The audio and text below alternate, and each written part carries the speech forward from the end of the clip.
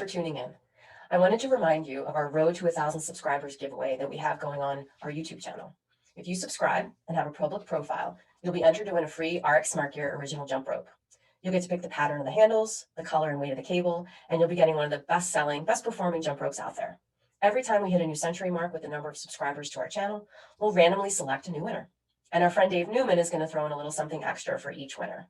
So a special thanks to our sponsor, RX Smart Gear, to Dave Newman for being such a great partner, and to you for being a loyal listener. Good luck, and I hope you are our next winner. Hey guys, thanks for tuning in. I wanted to talk to you about our new sponsor, Element 26. They are an innovative company producing lots of products around the CrossFit, strongman, powerlifting space. They have weightlifting belts, they have knee sleeves, they have thumb tape. They have these cool little straps that go around the bars when you're trying to attach a bar to the rig and maybe using it for low bar work, like pull-ups for little kids, or some modifications for like bar muscle ups when you're trying to teach someone to do them. And you know how you wrap those rubber bands around the rig and the J hook to kind of keep everything straight? Well, they've made straps for that. And they're straps kind of like the straps you use for rings. They have a really secure system on it, and you can wrap around the bar and keep that nice and secure. I love their innovation. Their product development team is top notch, and they're just coming up with really different ideas for our space. So check them out at element26.co. That's element26.co, and tell them Kat sent you. We are the Clydesdale Fitness and Friends. My name is Scott. I am the host of this show. I am the Clydesdale. We like to do fitness, and these are my friends. I have my co-host Kat Shear with me, and we also have special friends, Caroline Lambray. Did I say that right? And Jeffrey Adler. Yeah. First of all, a huge congratulations on the recent engagement. Thank you. Thank you. So how long have you guys been together? 5, 6 years. 6 years. 6 years. 6 years. And now you're making it official? Yeah. Finally. It's been official for a while, but now we just got the ring. We just got the bling. Yeah. There you go. And so what's it like working out with that thing now? I have to take it off. Yeah. Yeah, my I husband wanted always. to be able to train with it, but it's just gonna wreck it and everything. So I'm like, okay. Yeah, my husband asked me to pretend like I'm married because I never wear. I have beautiful wedding jewelry and I never get to wear it. Yeah. Get used to it. Yeah, exactly. I used to wear more, and then when I started doing CrossFit, you take it off, you put it on. I had necklaces and all this stuff, and I was like, oh. So as I've trained more, I've just kind of let go. So I was like, oh, perfect. Like I'll be able to have something permanent now. And I'm like, no, if it's permanent, I'll wreck it. So. Yeah, and I'm always afraid I'm going to lose mine. Like if I'm in different places or I put it in a different spot and then I panic for a few days. So yeah, something to get used to. Yeah, no, I have one spot now that I know that if I take it off, that's where it's going. Otherwise, yeah, like rings in a bathroom or something like that, that would be like my worst nightmare. So that's why I want it off all the time. Or Jeffrey's worst nightmare, right? Yeah. I mean, I can buy another one, but I'd rather not. So it's a big investment. It's a big investment. Yeah. Yeah. When I first started CrossFit, my neighbor was the affiliate owner, and I would leave my ring all the time at the gym, and he'd come over thinking my wife was going to be upset and like knock on my door lightly and like, hey, here's the ring. I'm like, okay. So how did you guys meet? You tell it. Like I'm the one telling it. I like it. We met at a CrossFit gym actually. So she was coaching where I almost first started CrossFit on the South Shore of Montreal. I actually was not going to the classes that she was coaching because I did not like her as a coach, which is you didn't even know me, but yes. So I used to like, Kat was coaching. I think it was Tuesdays and like Thursdays, and I would just do open gym on those days.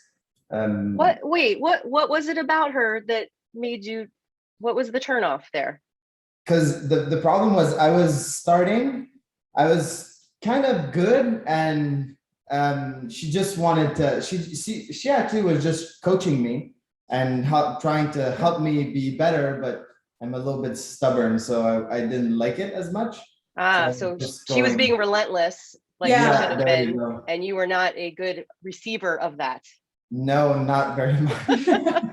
And then at some point, I went on vacation. I came back. I was off work, so I think I was just stress-free, and we just spent a little bit more time together. That was at the time I was learning double unders, so that was like a while ago. I couldn't do double unders to save my life, and she helped me a little bit with that, and it started from there. Learning double unders can be a very frustrating process too. So Yes, very. I can imagine Taking a year and a stressful. half to learn. And you can't muscle through double unders, right? So Right. no matter how strong you are, You can't fake it. Skill. And so I was able to help. What was And- your initial impression of Jeff? Not cocky, but like, I mean, I was it was hard for me because I was entering a community, right? Like I didn't come from this community. I was hired from the outside. And so that first month transition where I'm trying to build trust and build rapport and build relationship with people. And he would just kind of scroll in like 10 minutes late. Like I was like, no, like the class has started. We're like almost done the warm up. I have no idea what you've been doing. So I was like, there's open gym, go do open gym. So there's stuff like that where I was just like, I wouldn't have it. It was just like, if you have the time, clearly come to the next class and jump in and do that from, minute 0 to 60. But we weren't, because I wasn't spending time with him, it was just like, well, he was avoiding me the few times that he did come to class, just strolling in. I was like, that's not going to fly with me. But it was like, I didn't take it personally. I was just like, I don't know what you're doing, like at work or whatever.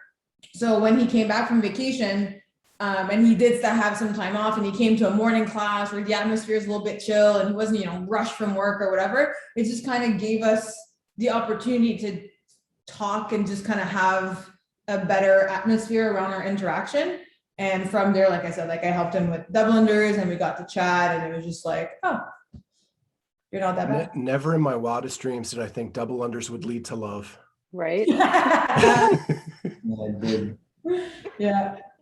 I don't know, back like, and that was in 2015. And I think just like coaching in general has come a long way, but it wasn't something that was being taught type of thing. Like there's progressions to double and there's progressions to anything and everything, but it was just like, oh, you're either good enough or you're not, or you're either practicing and like magically you're going to get double under. So the fact that I had like the progression and we helped and we kind of built this skill, and he was like, that kind of like built the trust and everything around it. Did you ever feel like you had to prove your sort of athletic prowess as a female coach around male athletes? I know that sometimes I do a lot of coaching of men and boys, and I always feel like, they're kind of not so crazy about me being their coach until I can sort of wow them with something, something clicks or something doesn't. And it's like, oh, okay, I trust you. Now I can work with you. But have you found that to be true as well?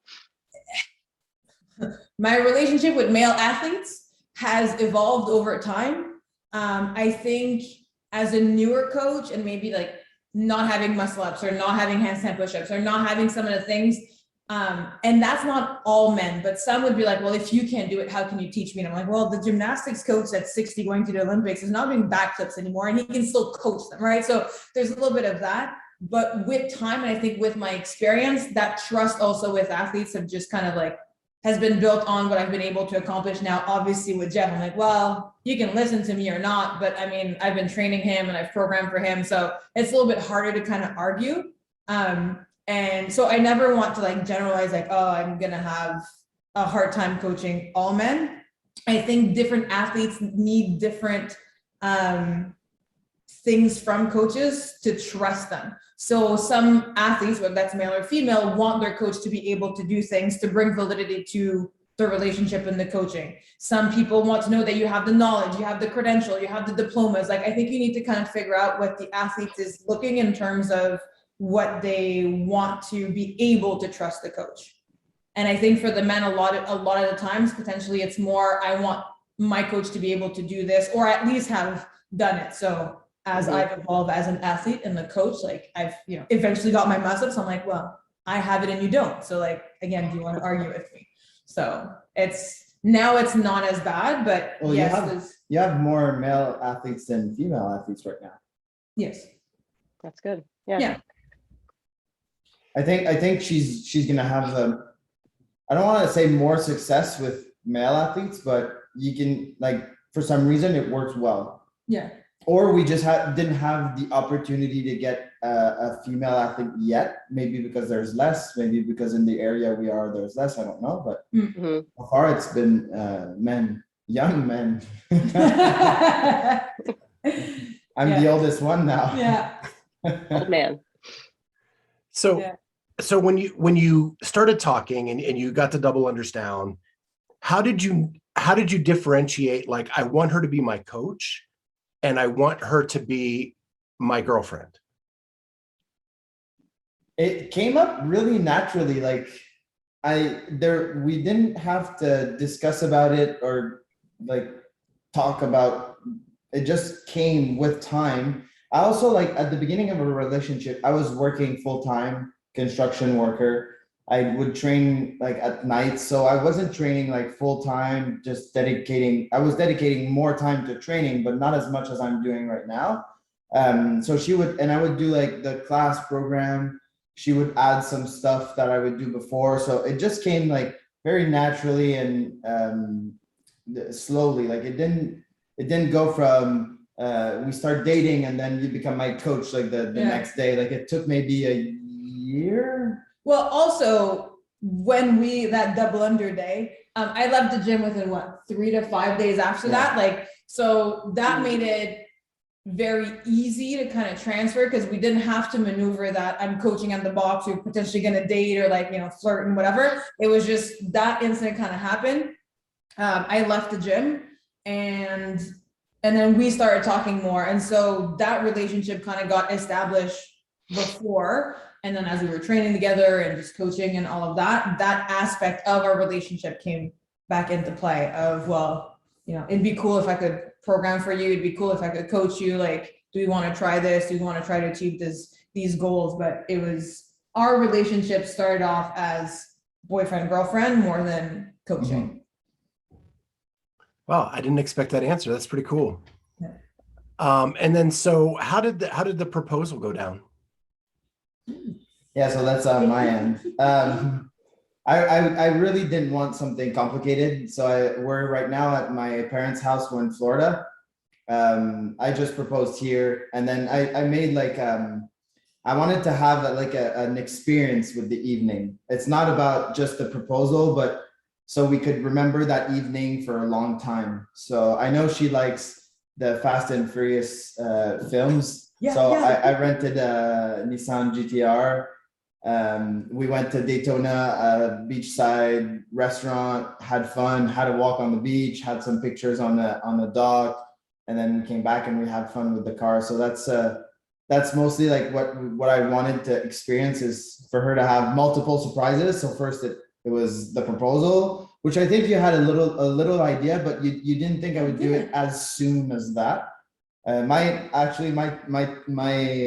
time frame was by December 31st. Yeah, that was my deadline. I was getting impatient. She was like, "Oh, let's do it in Dubai." I'm like, "Dubai is too far," because I had already bought the ring, so I didn't want to wait that much.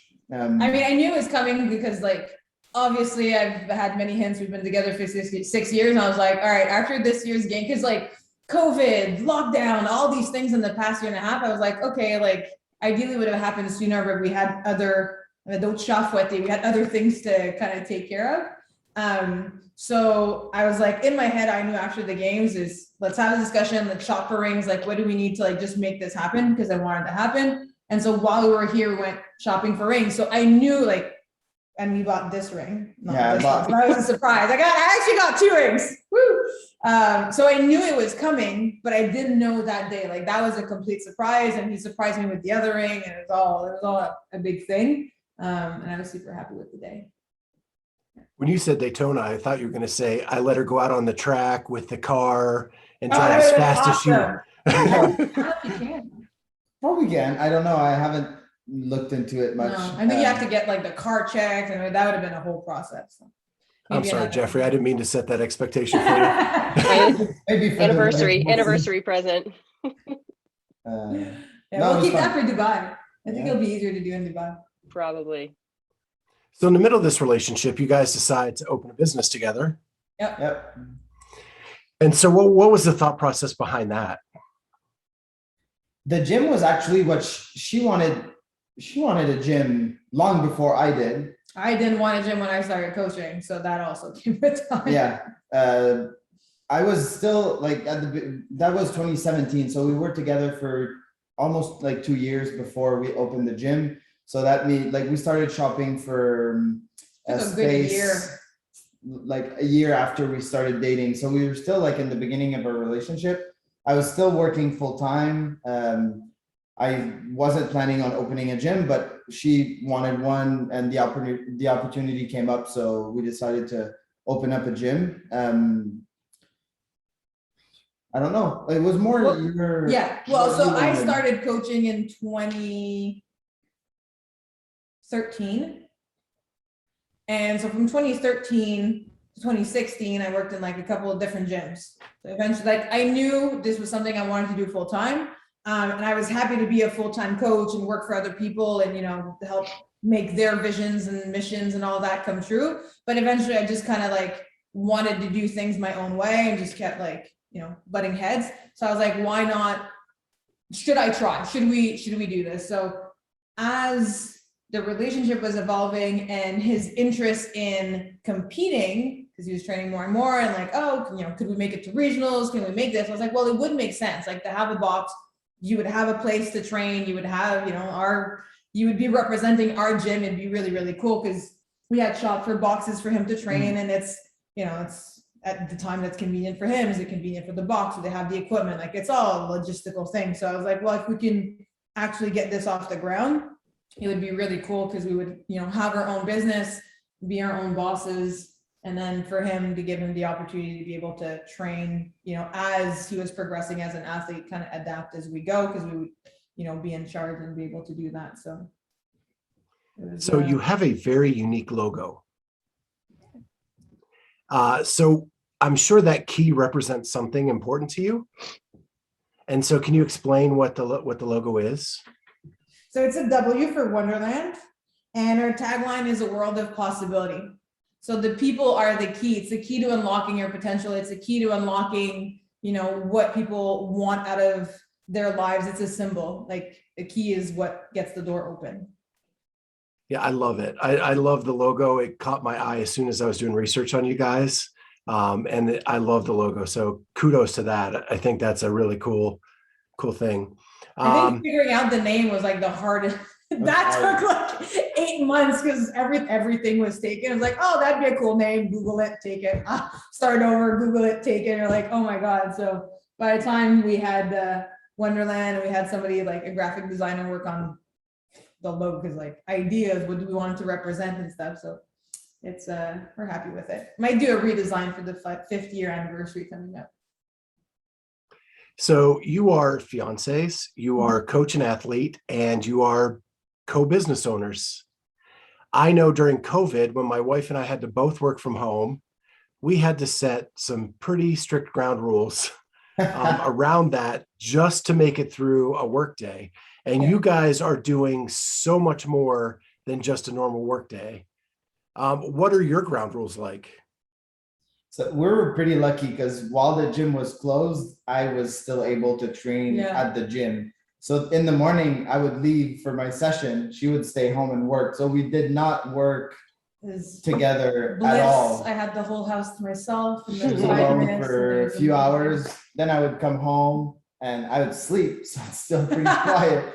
And then go back to the gym. So we were pretty lucky in that front of not being scooped up in our little apartment for almost 2 years. The ground rule, because we had online classes, so he needed to make sure to come back and eat before or after or whatever. Because I was like, during class time, you can't just be strolling into the house while I'm coaching online on Zoom and start the blender and like do these things. So that was basically the one rule. Was we had 3 classes per day.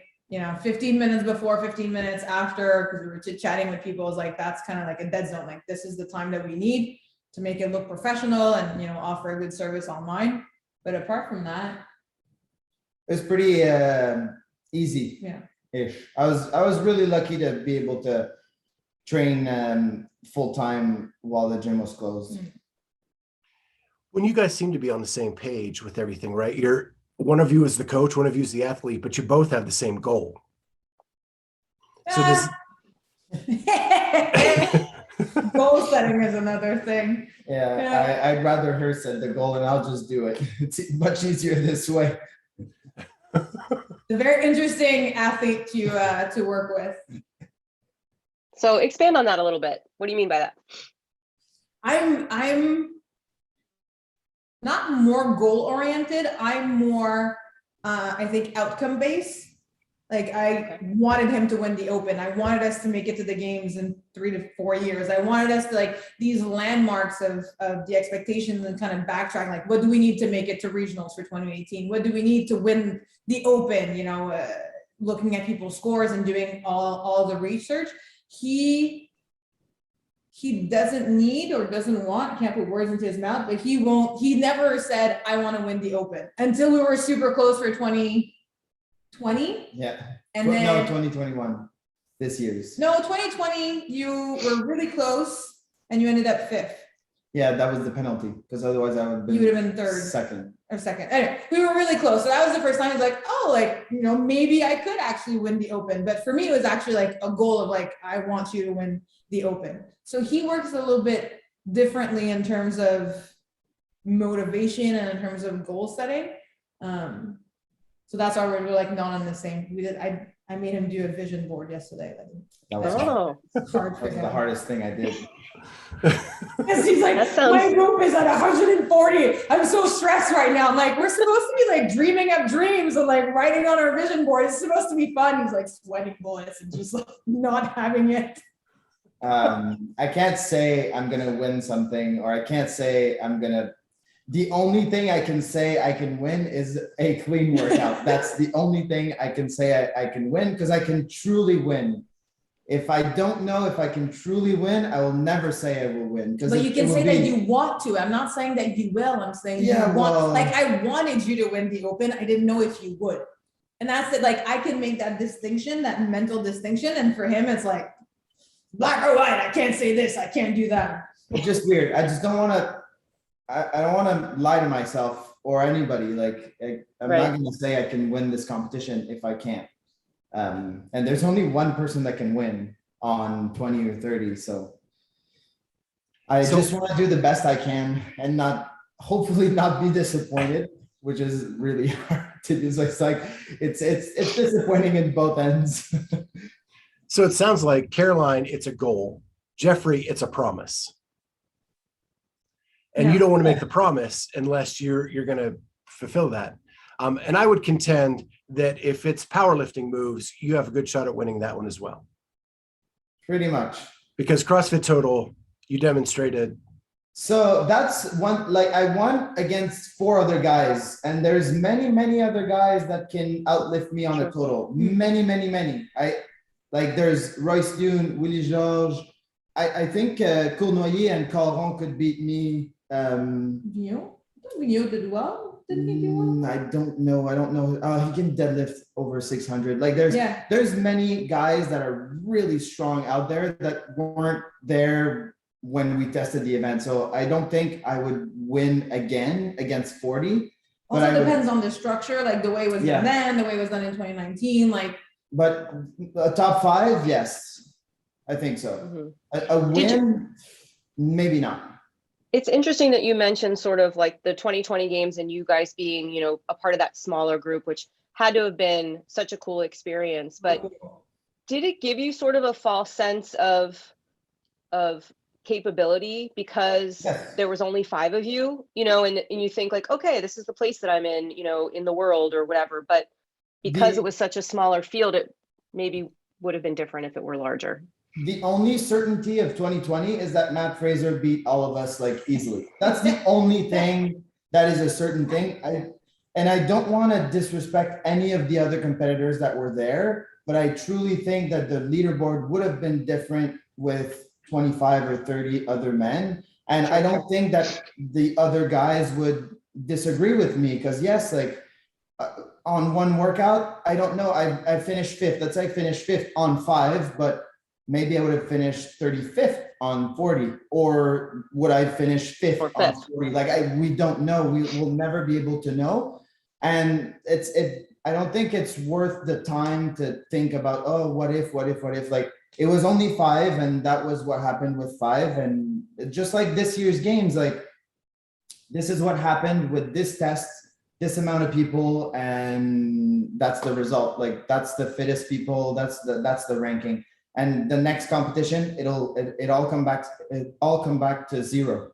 And then at that moment with these workouts, these are the fittest people. So I think it's just the only certain thing is Tia and Matt. That's the only thing. If that would for sure not change. I have to tell you that when you came out of that hill sprint and told everybody, like, listen, I don't give a shit what happens, but like he cannot win anymore. Like we have someone that has to beat him. I don't care who it is. That was classic. My favorite part of that documentary. So that was the second workout, and it was the second win, and I'm like, oh no, he's not gonna win all 14 events. Like that Right. could not, like, no, I don't want that to happen. And I know like I couldn't beat him on a toast to bar event. I just can't. It's not my workout, but maybe Noah could. Or on a running event, maybe Justin could, or whatever. Like, I think only me and Sam beat him. Sam beat him on the swim. Assault bike. Yep. And I'm like, yes, like if it's your workout, just hammer it and win it. So, but even if he didn't win those events, he got second. Like, Right. no, there wasn't enough separation. It's the only thing we could do is one or two wins, and then, but That's where a bigger field, I mean, he was still winning everything. But, God, he was on another level. I think even with 40 other men, it would have been like top 3s all the way through. Mm-hmm. So it got me super worried when I saw that quote. I was like, oh, people are going to take it the wrong way. No, I love it. It's like he's an unknown, right? It's like nobody knows Jad, nobody knows his personality or whatever. And it wasn't like, I don't know. I was super worried. And every time we were like, yes, like we want to see a little bit of fire. I was like, okay, this is how this is being interpreted and like be good. But I was, whew. And I think it goes to show the greatness of Matt, that 2 events in, you're already frustrated, right? Oh, it's ridiculous. It's right. It only took 2 events to realize, shit, we're in trouble. Yeah. And so I think that's what it just illustrated. But what I find interesting is listening to you talk today. You're so humble and you don't want to make these over promises, but it seems like when you're on the competition floor, there's a little more fire there, and you talk a little smack. And when you won the total, you let Matt know you won the total. Yes and no. Like, after the total, he came to me and he's like, oh, I miscounted my deadlift. And I think, yeah, you miscounted your deadlift, whatever. I beat you anyway. Like and I mean, it's the only workout I can say that to you. So I'm like, I'll take it. But no, I was just trying to have fun. And Matt is he's a legend. And even while on his last year in 2020, he was a legend then, and it felt like maybe some of the other competitors were like, oh, Matt is like, and yes, I understand, but at the same time, like, let's just loosen up and have fun. Hopefully he had fun as well, and the other guys had fun as well, but it was just trying to have fun. And I don't care if Matt comes to me and say, oh, I beat you on a handstand work. Yes, you did, and I'm fine with that. Like, I'll take it. But when I win, then I want to brag about it a little bit. So that's how. So the last thing I want to talk about the 20 games, well, there's a couple things actually, but the bike repeater workout. Oh. Yeah. You came out of nowhere. Like, I was standing up, yelling at my TV, because I thought you had pulled it off. I thought you were going to pull it off. And then the legend hits another gear. I hate watching that video again, because it's like the last bike going back to the rope. I'm like, why did you not sprint? What was I thinking at that moment? Looking at Matt sprinting his butt off and me just doing nothing. I was like, what were you thinking? It's such a mistake. I should have won that workout. It's a little bit, I want to say rookie mistake, but at that point, like I wasn't much of a rookie anymore. I just misjudged the timing of the workout. I think I was probably surprised myself because I started the workout. Just having fun on the bike. I remember starting that workout and seeing the guys like hammer the bike on the first run. And I'm like, dude, we have 10 rounds of this. If we all go at that speed, we'll die. And then everybody kind of backed off like from round maybe 5 to 7. Everybody slowed down a little bit and I just kept the same pace. But it was such a fun event to do. I loved not only the event itself, but also like, I used to watch like the CrossFit Games documentaries and you see those events that they get the bike fitting and they get to test the bikes and it's all like, there's more than just the event. And I was able to be there and practice with the bike and have someone help me adjust the bike and get the helmet and all that stuff. Like it sounds like little, but it's those little things that made that event so special. Plus like the race at the end was pretty awesome. I wanted to yell and then knowing that everybody could hear us, I was like, maybe I shouldn't. And I was like, I should have just yelled. I should have just like yelled to go faster. Yeah. So we've talked to a couple people who were the coaches at the games as well. And they talk about Caroline in a way that she is like the biggest smack talker. Oh out yeah. I'm there. the biggest smack talker? Yeah. Okay, I need to go watch those episodes. What did they say? Yeah, especially Matt O'Keefe in the total. He talks about you talking smack with him. Oh yeah. No, she was just doing numbers. So everything that was yelled in French was just numbers. Yeah. And he was yelling at me like, tell me what I need to do, blah, blah, blah. I don't want to lift more. Like that was just that back and forth. At the end, because Matt thought that he had one. Right. And then that's why I was like, no, like, please confirm these numbers. This is what I have for you. This is what I have for him. He outlifted you. So I just wanted to make sure. That was like 20 seconds. You see the whole conversation in the documentary. Like that was it. Oh, So that's the it. other thing they said is it was so cool getting to know everybody too, because with it just being the 5, like you all got to hang out and you all got to become friends and you all got, and so they all had fun with it. I don't want you to think that it was anything bad. But the reason I bring it up is Atlanta, you decide to go on the run with Jeff. Yeah. And so were you just that into the event? Did you just want to show him support? What was the reasoning for jumping on and running the last leg with him? I don't know. So that's sad to say, but I had already abandoned at that point because I knew I would get 4th, and on the workout I would get 4th. Like Sam was so behind and everybody else was done in front. So I was kind of walking and running and walking and running. I think that's why she came to, it was more support, like just finish the run. Don't walk, keep running. Yeah. And I just didn't see the point, but That it was was also a good moment because that was your first time at the ranch as well. yeah. Because the Well, coaches, just work out at the- for the whole weekend couldn't come to the ranch, and she was excited to get to the ranch for the first time. And that was the only workout the coaches were allowed to come, was that event. So I knew that his placement wouldn't change at that point, but for me, it was important for him to finish strong because he could have walked and it wouldn't have changed anything except how you feel about the event at the end. And I was like, no, like you're going to finish this, like push as much as you can. Like I understand it's like we all work out. Like this is the painful, like I still have 2 more minutes. Like I want to stop and stuff. Like there's nobody around pushing you on the pace, but I just wanted him to be like, I think that's what I told. I just want you to be proud of your effort. Like keep going, do what you can and do that. So that's why I met him at the gate. Also, I figured like if he wanted me to tell him where people were, but I think he pretty much knew. And then I just followed him because I was like, well, I ran there, and then it was just like a loop around him. I might as well just stay with you. And that was that was it. So you get to go in this very intimate setting at one of the most iconic locations in all of CrossFit. Where does that stack up on your list of achievements and memories in the sport?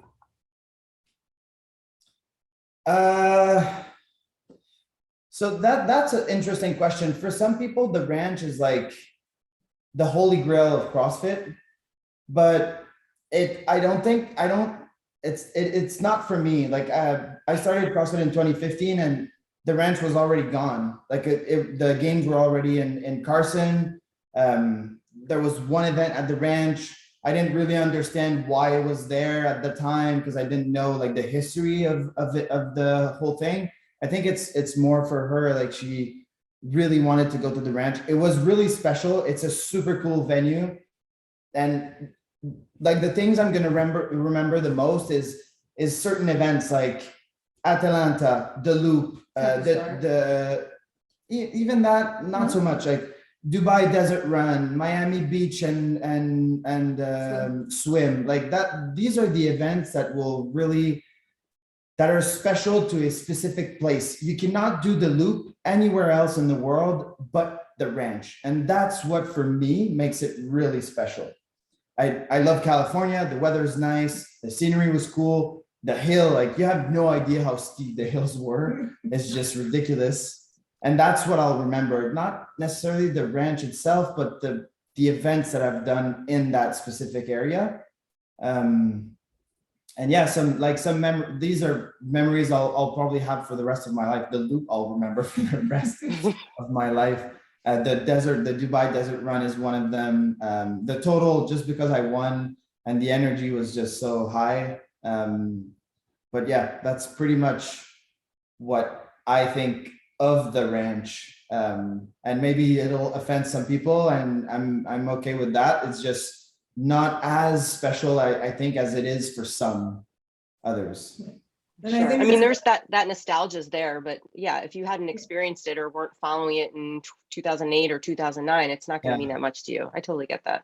So the sport is evolving, and like CrossFit as a community is evolving, and like it meant way more when I found out that there would be events at the games. I was like, oh my God, like, and because it was happening within the pandemic and everything, and we like, got in fifth, and we managed, like, now it's going to be like a unique experience, and we were getting to go to the ranch and all these things. It definitely, I think, meant more to me on the sentimental side than it did for him, because I've watched the videos of like the level one doing the, the queuing and stuff at the ranch. And I've been following these things, and not just the sport of CrossFit, but just, CrossFit as a methodology and everything that's involved, and Dave's involvement with that. So there's a little bit more specialness. Like there's something there, I think, for me, because I'll never get to compete at the games at the ranch, right? That's not, I mean, maybe in the 60 plus, maybe eventually, but that's not like being able to be there as a coach means as much to me, if not more, to be able to participate in that event. And yeah. I think to be one of those 5 in that very small setting was more special to me than where it was. It could have been anywhere in the world. Yeah. Just being one of those 5, there's only 4 other men and 5 women that have lived this, and most likely no one else will live that ever again. So that's what makes it really special. We had also I think more special attention. Like we had the movie trailer. We had all our stuff in there. Warm-up areas. Like it was just all of these little things added up to like a very special experience. And it could have been anywhere else in the world. It would have been super special anyway. I want to touch on something that I read that said that you guys actually had a long-term goal for this when you guys first started working together. And I'm taking it that's Caroline, since she's the goal setter. But that you guys are on the same page of that it's going to take a few years, but it was so important to get the foundations right before you went for the games. So how do you convince someone that's really good at something to slow down and get the foundations right so that the long-term outcome is better? There's two things. A, you can't convince anybody to do anything. They have to convince themselves. So there's no way around that. Two, there's plenty of drills and skills and ways to make people do things without them realizing. So if I make him practice something, eventually he's just going to do it that way. So there's, coaching wise, there's a little bit of that. Like, you can't deadlift 500 before doing 405 and 415 and 420. And it's getting those PRs and making sure those milestones are there. And that's just, weight is an easy way to conceptualize it, but it's the same thing for gymnastics, whether it's strength or endurance. Like you need to do Fran in 3 minutes before you can do 245 or you can do 230. Like we need to progress our athletes in a way. And I wanted to make sure that it's easy to add volume. It's easy to add intensity if you want to, and make people progress faster than what they should. There's definitely ways to do that, but then people break. Like, after a year and a half, you're overtrained, under recovered, you lose the love to train, love for the sport, you're injured, like all these things. I wanted to make sure like he's done CrossFit Wonderland classes. Like when we're at the gym, he does the classes because I make sure that it fits with the rest of his programming, but just do a workout, like have fun, make sure that you're still enjoying everything. And the drills that we do in the class, like we're still doing beat swings. Like we're still doing these things that are just as valuable at a high level than a beginner athlete. Did you have any coaching experience coming into CrossFit, or was this like your first foray into that? So I have my bachelor's of education. So I think that's where I get most of like breaking it down to smaller steps and seeing things like building lesson plans and all these things, behavior and psychology and a little bit of that. Like, I think coming into it, that definitely just like served me a lot, and then just absorbing as much as I could as I went along. Did a little bit of personal training, but I've done sports. I've been coached, like going kind of through the motions, but I think my BEd is really what. I think like you just have a different look at things than I've heard from other coaches, and I just find it fascinating. So what is your athletic background that got you here? So I played volleyball in high school. And then I did high school, we have to have CEGEP in Quebec, and then university. I skipped kind of CEGEP because I was working and focusing on school. And then when I got to university, I did 3.5 years of cheerleading because it's not that big in Canada. So I was able to just kind of start on the team in university. I was a base, I was a third. And then I also did a year of rowing. Okay. So that's kind of, and then just like training to be able to lift girls up in the air and be able to make the boat go fast, like doing conditioning. And so I've been active and like learning through as I was training myself for these sports. And Jeffrey, what did you do before CrossFit? Not much. I've never played organized sports before. I didn't go to school very long, so I have my diplôme d'études secondaires. C'est quoi? GED. Like he graduated high school. Yep. And then I was supposed to be a plumber actually, and that didn't work out. As soon as I finished school, I went straight into construction work. But playing hockey, Quebec. Well, I say that because where I'm from, everybody plays hockey. From a small town. It's every night hockey, and then in teams, like more in the weekends, like I would play garage leagues, but nothing serious really. My first gym membership was a CrossFit gym. So. Wow. So what is your coaching that you're doing now? Is it a separate business? Is it just through CrossFit Wonderland? Are you starting to organize it a little bit differently? Repeat your question. I was saying your coaching business. So is that, obviously you're coaching Jeff, and you mentioned you have other athletes. Are you starting to sort of evolve into this sort of separate entity, or are you there already? No, I think I would like it to get there. It's not automated enough, let's say, as a business to not pull energy away from Jeff or let's say the other athletes that I'm working with currently. Everything is very individualized. Obviously everybody needs to be able to do 100 pull-ups. Like, okay, fine. So, you know, there's cross references within the programming, but I'm helping all the athletes kind of develop individually because they're at very different levels or capabilities.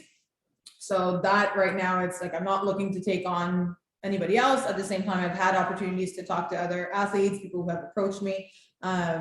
So, you know, I'm always open to an opportunity, but it's not something that I want to focus on or pull. And like, I'm still managing the gym from a distance here, taking care of Jeff. Like, there's a lot already on our plate. So it would have to be a good fit, basically. Mm-hmm.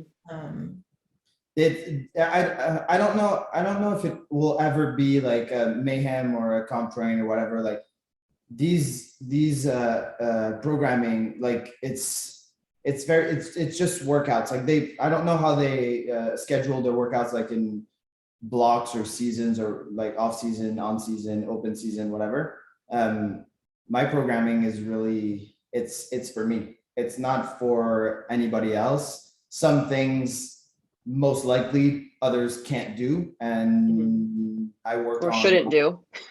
like Well, it's taking us 5 years to get there, right? Yeah. So like, I don't know, take any other athletes at the games, be like, oh, I want to transfer and like do, well, the programming I'm doing, I've built this on 5-6 years of loading Jeff to where he is now. And so, I mean, we can try if you want to try doing his programming, but is it going to be appropriate? Because you are changing the stimulus. Like, we work a certain way. I built his programming a certain way. So I'm not saying they wouldn't be able to do it. I'm just, well, it would be a really cool definitely test. Like, I would, if somebody wants to raise their hands and like come on over and try it out, like I'm more than happy. And there's definitely athletes I would, you know, love to be able to program for and help and things like that.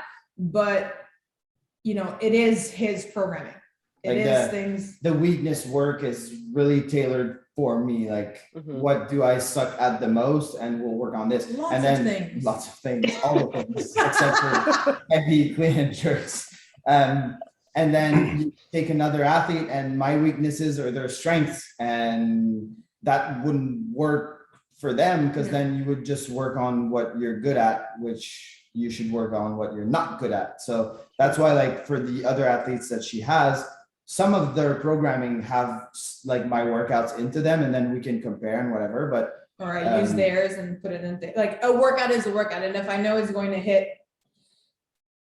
if I know it's something that people need to be good in the open, everybody can do it. Like, there's certain things that you know you need to be able to do. If you're trying to make it to the games, or like, you know, now we all need to be able to do 40 muscle ups. Like, that was programmed in the open, quarterfinals, semifinals, whatever. We now need to do GHDs like that. Now these are becoming things that are going to be expected. I'm going to make sure everybody is good at that. But then Jeff is not at the same level. So I'm going to tweak it, scale it, whatever. Change, you know, the time frame, change this so that it creates the stimulus and the adaptation for that athlete at that particular time, for a particular reason. So so that's why, like, there's different things. Well, and the cool thing is Jeff did win the Open this year, so Yeah. he did meet that goal. Yeah. And your programming must work to meet the goals that you set. So that's really awesome. So you get to the games this year. Jeff does really well in that clean run, of course, because you can clean everything. that is the best thing that happened for me this year, because otherwise I would have been cut at 20.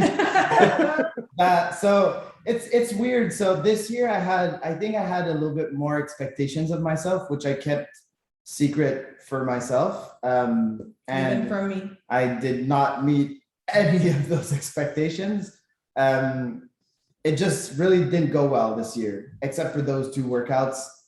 Like, it just The didn't York work. was okay. The run first was okay. the first 2 days was Yeah, the just first it 2 was days. just awful. It was 20th place after 20th place. I'm like, oh my God, like what's happening? Like I could not go faster. I was like, how am I this slow, and why is everybody just passing me like that? This is not working. Friday, so after the rest day, I was feeling so bad, most likely because of the lake, maybe a bad recovery. We ate some food that did not go well on like a Thursday evening. So Friday was like a horrible day. And then they announced the cleans, and then some energy came back. I'm like, this Like is magic, fairy my dust. chance to like redeem myself a little bit. Because without those 2 workouts at that specific time, I would have not made the cut for 20. So I was pretty happy about that. I'm also happy to know that I can still beat pretty much everybody at those kinds of workouts. So that's good. That means we have to work on some other stuff that hurts a lot more. But yeah, I'm not happy about 13th place, but I'm still more at peace with that 13th place than the 5th from last year, from 2020. For some reason, I don't know why, but the 5th place really got to me. That was not what I wanted at all. Because you finished last. I finished last, and it felt horrible at the end of the Oh, weekend. you finished top 5, yes. But this year, like my lowest placing was what, 28th? 26. 20, no, I was at least 27th once. And then I Oh, came all the way Sandra? up to Yeah. 12, 13, which is pretty good considering. Anyway, so it was, I'm really happy I did make the cut for 20. The events were pretty cool. It was just a different vibe, a different, like going from 5 to 40 with the cuts. As soon as they announced the cuts, I was just nervous. As soon as the cuts were done, I stopped being nervous. And then that's when I was able to like perform a little bit more like I should have. But everything before was just so stressful. So yeah, I mean, working on managing the stress a little bit will help. We're going to compete a lot this year, so hopefully that helps. Yeah, you've got a lot going on this fall. Are you doing Rogue and Dubai? Yeah, so I'm doing Rogue, I'm doing Dubai, and we're right now questioning if we're doing Wadapalooza as well. The time frame is really like it's 3 weeks. It's Dubai, and then 3 weeks later it's Wadapalooza. Even if I have a bad placing, I think it would still be good for me to just go on the floor and just practice. That's what I need to do. I don't need to do it in the gym. I can do it in the gym. That's not what I need to do. So we'll look into it. It's still like COVID testing and flights and this and that. it's a lot. It's a lot of traveling. It's a lot of like 3 comps in 3 months. Like I'll have to nap hard after that to recuperate. But I mean, the Open is what 2 months February after. 24th. So I have time to recover and then start the season once the Open comes around. We'll see. I mean, we don't even know what the Open season's going to look like. We know it starts February 24th. Is it 3 weeks? Is it 4 weeks? Is it 5 weeks? Do we get quarterfinal? Are we getting semifinals? Are we getting a blueprint? Because now it's If you watch our episode with Dave Castro that just released today, it will be. Okay, cool. Okay, good. We'll It sounds like everything's going to be very similar to last year, and that definitely 3 weeks in the Open. 3 weeks is fine. 3 weeks, four tests like last year, I think is enough. Especially if there's quarterfinals. Yeah, right. I didn't like the quarterfinal portion of it. It's just it feels like it's a 5-week Open, and at that point, just do 5 weeks. But with a 1 week break, because last year was Easter, right. I think is why they didn't plan it for that weekend. I think if they do 3 weeks and then do the quarterfinal right after, timing wise, it's a little bit better. Logistically, I don't know for you guys for the gym, but like logistically as a gym owner, it was like, okay, we're done the Open. Oh no, we have to do quarterfinals. Like I'd rather like plan for 4 or even 5 weeks straight than to get a break. And then because not everybody does get to move on, but the people that do, I need to plan for them. And it's like, I'd rather 4 weeks consecutive. So I'll go watch your episodes and see what Dave Castro says. Definitely the semifinal season was too long. Like too close. We qualified the last weekend, and we had a month, over a month before the games. And then some of like Alex Caron qualified through the last chance and it was like semifinal 2 weeks after last chance, and then 2 weeks after the games. I'm like, it's not fair. It's not fair for competitors that have already qualified 4 weeks in advance that could have taken a little bit of rest and then ramp back up for the games. Like we weren't able to do that. It was like semifinal, grab a beer, and then next morning it's in the gym and keep working. No rest, no re-ramping. It's like the time frame was really short. It felt like it was like bang, bang, bang games. Mhm. It did not feel, I didn't like Well, the, we also got vaccinated, which, got us kind of yeah, a little bit. getting, 48 hours of not feeling too great, but then that was fine. But it was just all the planning and the time frame of it was, I'm Was it guessing tight? doing Rogue Dubai and Wadapalooza in 3 it's gonna months. feel just like It's that. gonna feel the same. Yeah. so. Awesome. Slightly disruptive, but fun. You mentioned that you can use those competitions as practice. Are you able in the moment to sort of dial it back and not want to win? I guess I'll see when I step on the competition floor. It's really hard because yes, I always want to do my best. I don't want a bad result. A bad result Right. sucks. But I have right now, I'm trying to make peace with it that one of those 3 or more, I will have a bad result. It's inevitable. Like 3 competitions that close, one of them is it's not gonna go as well. I'm not gonna be recovered, or the programming is not gonna suit me well, whatever the reason, and I'll have a lower result, which is fine because the goal of these competitions is more feeling a live competition on the floor with other people, with a schedule that I'm not in charge of the schedule. Like this is the time you have to be ready, get ready for this time. Like that's what I want to practice more. And I guess if I can finally relax on a live competition, I'll be able to do pretty well. Like if I can just be as relaxed as I can be in the gym, then yes, winning is possible. But That if makes sense. I'm sweating like crazy and just not eating and not sleeping, then it'll never work. So you guys are in Florida now. Yeah. So is it because of quarantines that you guys are still there, or no? Just I mean, when the games ended, end of August, all the border stuff were being reassessed like mid-August. We're like, well, coming to his parents, we're gonna have a little bit of vacation time. I mean, the borders are open. It's more the added cost of the COVID tests and planning for this, planning for that. There's less direct flights, like things like that.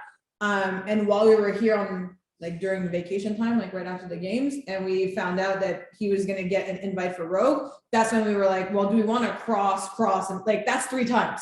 That's 3 times getting COVID tests. That's, I don't know, like a layover and this and that. Like it was much easier to just stay here. There's a gym close by. We're able to, establish a routine. From a coaching and a training perspective, it would have been easier to go back home and just kind of jump back into that old wheel and old habits and this and that.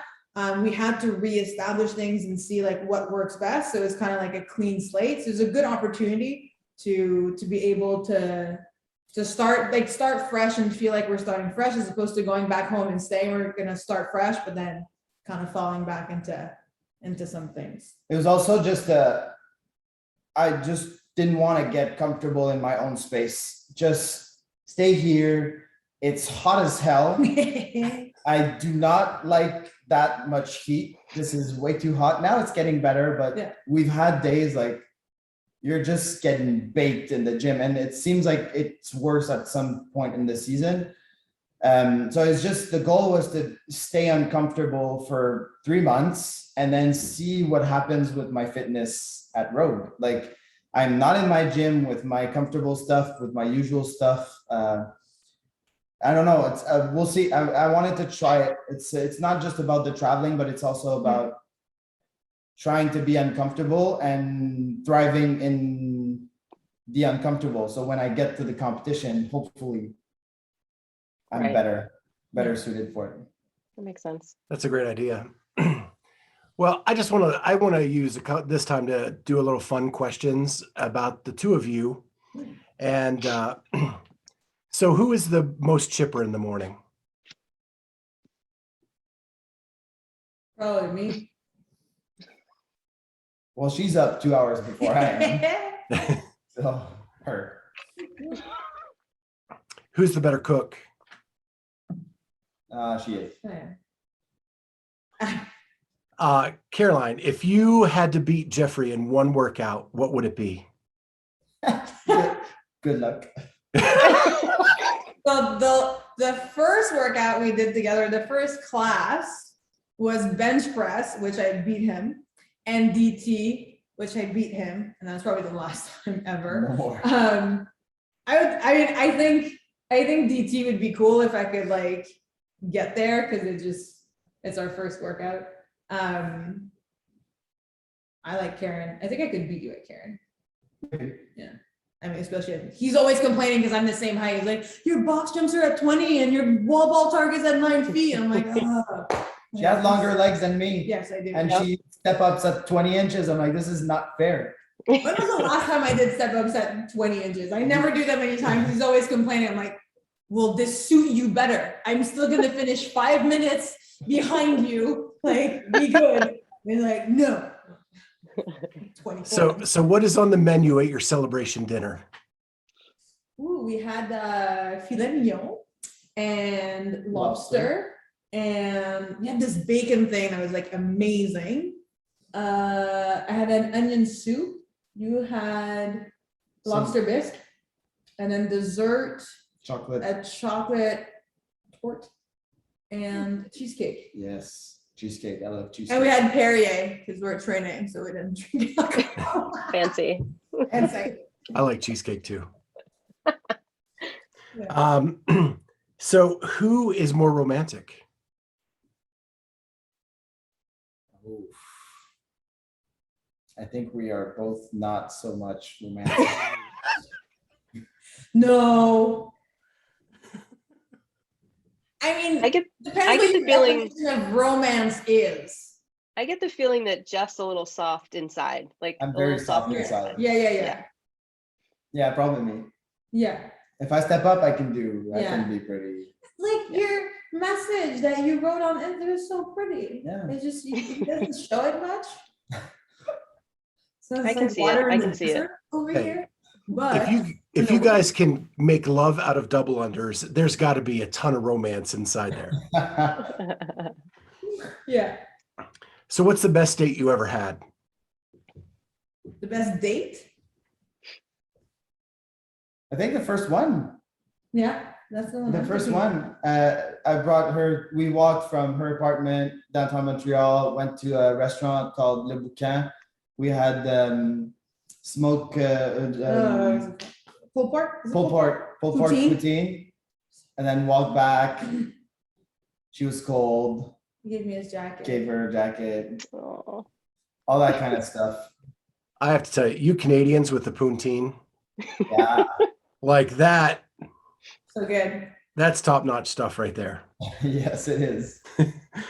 And then what is the show that you guys binge watch together? Right now, at the moment, we've binged Schitt's Creek and Community. Yeah. And we just put it on the TV. We don't really listen to it, but it's there in the background. Sometimes Voices, I just sleep on it.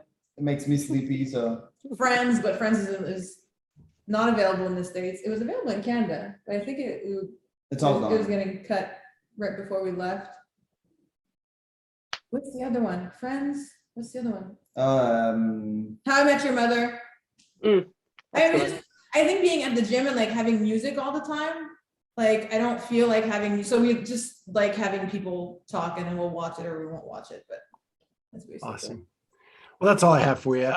This was a lot of fun. You guys are hilarious. Thank you so much. Talked about how other coaches that I was talking smack, maybe because I was the only one talking. Guys, you need to talk more.